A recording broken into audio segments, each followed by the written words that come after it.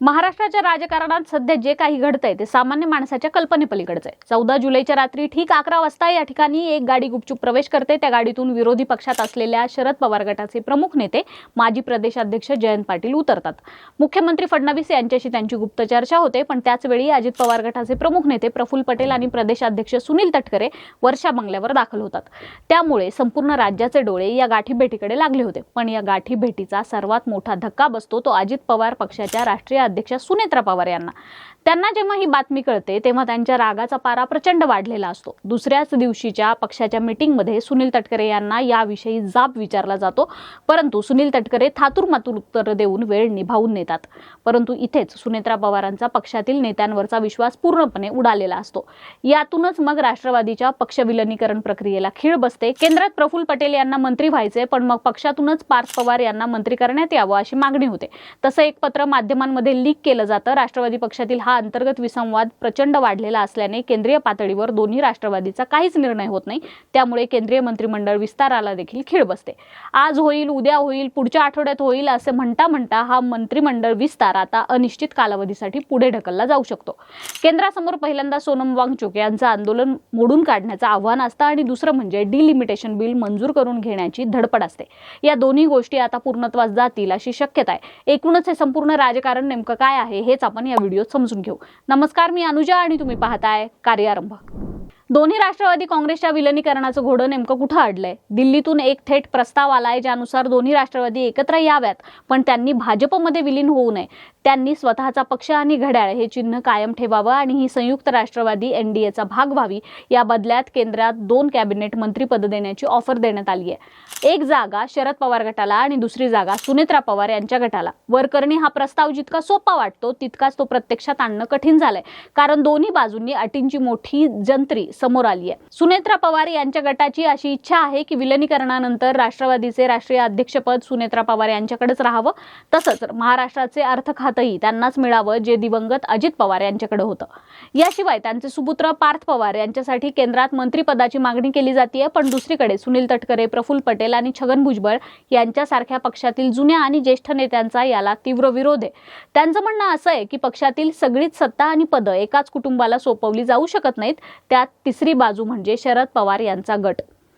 शरद पवार गटाची मागणी आणखी वेगळी आहे। जर पक्ष आम्ही स्थापन केलाय, आमचे 8 खासदार निवडून आले आहेत आणि विलीनीकरणही आमच्यासोबत हवे आहे, तर मग अध्यक्षपद आधीच कसं काय ठरवलं जाऊ शकतं असं त्यांचं म्हणणं आहे। याच अंतर्गत संघर्षामुळे दोन्ही राष्ट्रवादीच्या विलीनीकरणाची प्रक्रिया पूर्णपणे रखडली आहे। या संपूर्ण खेळात भारतीय जनता पक्षाची भूमिका अत्यंत महत्त्वाची आणि रणनीतिक आहे। मोदी सरकार राष्ट्रवादीच्या या संभाव्य महामिलनात प्रचंड रस घेत आहे आणि त्यामागे एक मोठं गणित आहे। आगामी काळात संसदेत मतदारसंघ पुनर्रचना म्हणजेच डिलिमिटेशन बिल पास करायचे।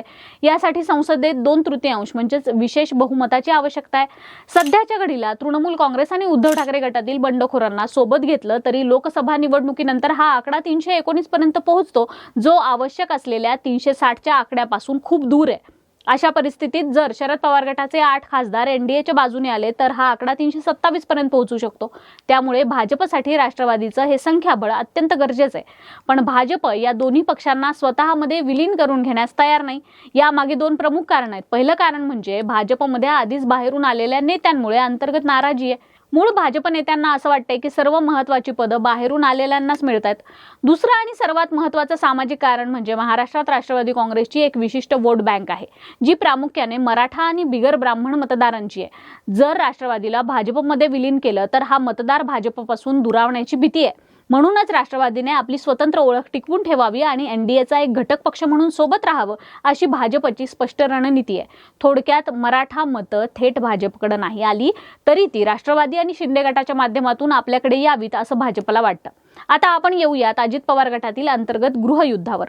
28 जानेवारी रोजी अजित पवार यांच्या निधनानंतर सुनेत्रा पवार यांनी पक्षावर आणि सरकारवर पकड मजबूत करण्याचा प्रयत्न केला। अजितदादांच्या निधनानंतर त्यांनी 4थ्याच दिवशी राज्याच्या उपमुख्यमंत्री म्हणून शपथ घेतली आणि त्यानंतर पक्षाच्या राष्ट्रीय अध्यक्षपदी त्यांची निवड झाली। पण पक्षाच्या जुन्या नेत्यांना वाटू लागलं की सर्व निर्णय एका छोट्या कौटुंबिक वर्तुळात घेतले जात आहेत आणि पक्षात पार्थ पवार यांचा हस्तक्षेप सातत्याने वाढतोय। हा वाद इतका विकोपाला गेला की राष्ट्रीय सचिव सच्चिदानंद सिंह यांनी सुनेत्रा पवार यांच्या अध्यक्षपदाच्या निवडीला कायदेशीर नोटीस देऊन आव्हान दिलं। पक्षात सध्या अनेक महत्त्वाची पदं युथ आणि महिला विंगचे अध्यक्षपद रिकामे आहे। याच अंतर्गत वादाचा पुढचा अंक 17 जुलै रोजी समोर आला, जेव्हा पक्षाचे प्रदेश उपाध्यक्ष उदयकुमार आहेर यांनी 13 जुलै रोजी सुनेत्रा पवार यांना लिहिलेलं एक पत्र मीडियामध्ये लीक झालं। या पत्रानं पक्षातील फूट चव्हाट्यावर आणली। आहेर यांनी पत्रात थेट आरोप केलाय की 2019च्या लोकसभा निवडणुकीतील पराभवानंतर पक्षातीलच काही ज्येष्ठ नेते अत्यंत पद्धतशीरपणे पार्थ पवार यांचे राजकीय करिअर संपवण्याचा कट रचत आहेत। पार्थ यांच्यात राजकीय परिपक्वतेचा अभाव आहे अशी चुकीची प्रतिमा जाणीवपूर्वक तयार केली जाते। आगामी केंद्रीय मंत्रिमंडळ विस्तारात पार्थ पवार यांचा समावेश करण्यासाठी पंतप्रधान नरेंद्र मोदींना विनंती करावी अशी मागणी आहेर यांनी केली आहे। प्रफुल्ल पटेल आणि पार्थ पवार या दोघांनाही केंद्रात मंत्रिपद हवंय, पण या मुद्द्यावर पक्षात एकमत होत नसल्यानं प्रचंड तणाव निर्माण झालाय। या सर्व घडामोडींमध्ये मुख्यमंत्री देवेंद्र फडणवीस आणि शरद पवार यांच्यात काय संदेशाची देवाणघेवाण सुरू आहे हे समजून घेणं रंजक ठरेल। 14 जुलैच्या मध्यरात्री शरद पवार यांचे अत्यंत विश्वासू जयंत पाटील यांनी फडणवीस यांची घेतलेली भेट ही केवळ योगायोग नव्हती।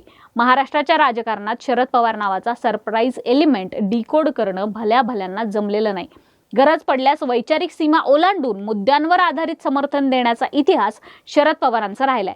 2014 मध्ये जेव्हा भाजपला 122 जागा मिळाल्या होत्या आणि बहुमतासाठी जागा कमी होत्या, तेव्हा शरद पवारांनी शिवसेनेला दूर ठेवण्यासाठी भाजपला न मागता बाहेरून बिनशर्त पाठिंबा दिला होता।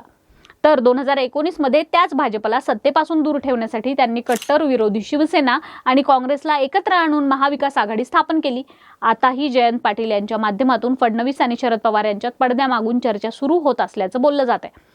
फडणवीस हे अत्यंत सावध पावलं टाकतात। त्यांनी पार्थ पवार यांनाही आश्वस्त केलंय की यापुढे राष्ट्रवादीच्या कोणत्याही नेत्याशी चर्चा करताना पवार कुटुंबाला विश्वासात घेऊनच चर्चा केली जावी। दुसऱ्या बाजूला शरद पवार आणि उपमुख्यमंत्री एकनाथ शिंदे यांच्यातही राजकीय खिचडी शिजत असल्याची चिन्ह आहे। जरी थेट विलनीकरणाला शरद पवार गटाने नकार दिला असला तरी राज्यातील काही विशिष्ट राजकीय समीकरणांसाठी आणि विकास कामांच्या नावाखाली उपमुख्यमंत्री शिंदे यांच्याशी संपर्क साधला जातोय।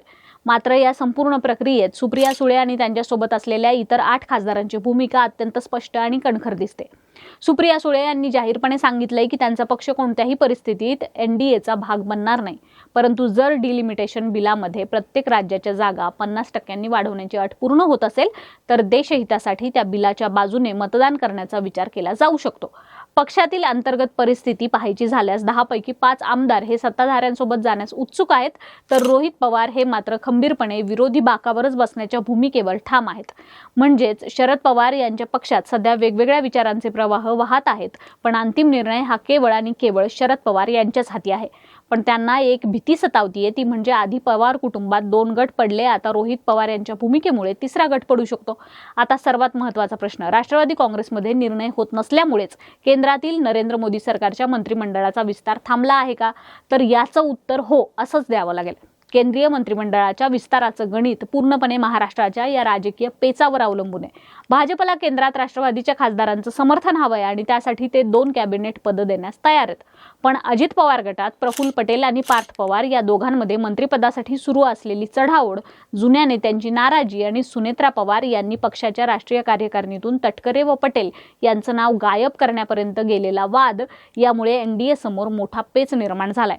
जोपर्यंत राष्ट्रवादीच्या दोन्ही गटांच्या विलनीकरणाच्या अटी शर्ती निश्चित होत नाहीत आणि अजित पवार गटातील अंतर्गत वाद मिटत नाहीत, तोपर्यंत दिल्लीला मंत्रिमंडळ विस्तार करणं कठीण जात आहे। जर आता विस्तार केला आणि एकाला पद दिलं आणि दुसरा गट बंद करेल अशी भीती आहे। म्हणूनच राष्ट्रवादीतील या अंतर्गत महाभारत आणि अनिर्णित अवस्थेमुळेच केंद्रीय मंत्रिमंडळाचा विस्तार सध्या तरी थांबलेला दिसतोय। देवेंद्र फडणवीस सध्या वाट पाहत आहेत, भाजप खासदारांचे नंबर जोडतायत, राष्ट्रवादीचे दोन्ही गट आपापल्या खुर्च्या मोजतायत आणि शरद पवार मात्र पूर्णपणे शांत आहेत। राजकारणात अनेकदा इतरांच्या विधानांपेक्षा शरद पवारांची ही शांतताच सगळ्यात मोठी बातमी ठरते। बाकी या विषयावर तुमची मतं कमेंट बॉक्समध्ये नक्की सांगा। व्हिडिओला लाईक करा, शेअर करा। कार्यारंभवर नवे असाल तर सबस्क्राईब करा। कार्यारंभ डिजिटल या आमच्या फेसबुक आणि इन्स्टा पेजला फॉलो करायला विसरू नका। धन्यवाद।